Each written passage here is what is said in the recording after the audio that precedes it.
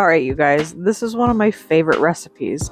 It's warm, satisfying, and absolutely delicious. So here I've already cut up my veggies. We've got mushrooms, 2 kinds of onions, carrots, and celery. I'm going to go ahead and add these to a pan on medium heat. And I'm going to saute them until they're slightly tender.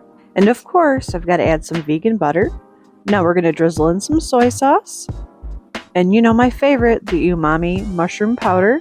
And of course, a heaping tablespoon of garlic. Next, I'm going to drop in some sage, rosemary, and thyme. Now with fresh thyme, I like to pull the leaves backwards, shown here. It's just an easy and effective method. Here I'm going to add 2 types of vinegar, balsamic and apple cider. These 2 flavors pair well together. Now for a cup of green or brown lentils. These lentils hold their shape and don't get mushy, and that's kind of what I want for this recipe. I like to toast the lentils for just a minute before adding the water.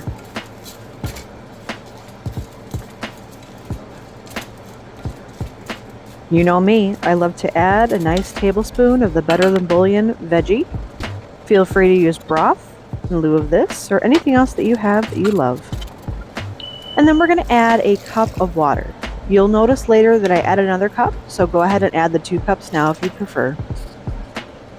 Now squeeze in or add about a tablespoon of tomato paste. I'm using very little because I don't want too much tomatoey flavor in this recipe. Feel free to use as much as you like. Now I'm going to let this simmer for about 20 minutes or until the lentils are plump. What do I say is the best thing about vegan cooking? You can taste test at any time. Oh yum, this tastes so good already. I'm going to go ahead and add a slurry to this because it's going to thicken. And I know it seems counterintuitive to add more water, but I want it thick, but also saucy. Let boil for about 10 more minutes. See now how it's thickened up and saucy? This is exactly as it should be. It's not too runny and perfect for shepherd's pie. Okay, confession, I goofed here. I didn't record any of the mashed potato making. I'm just boiling potatoes in water.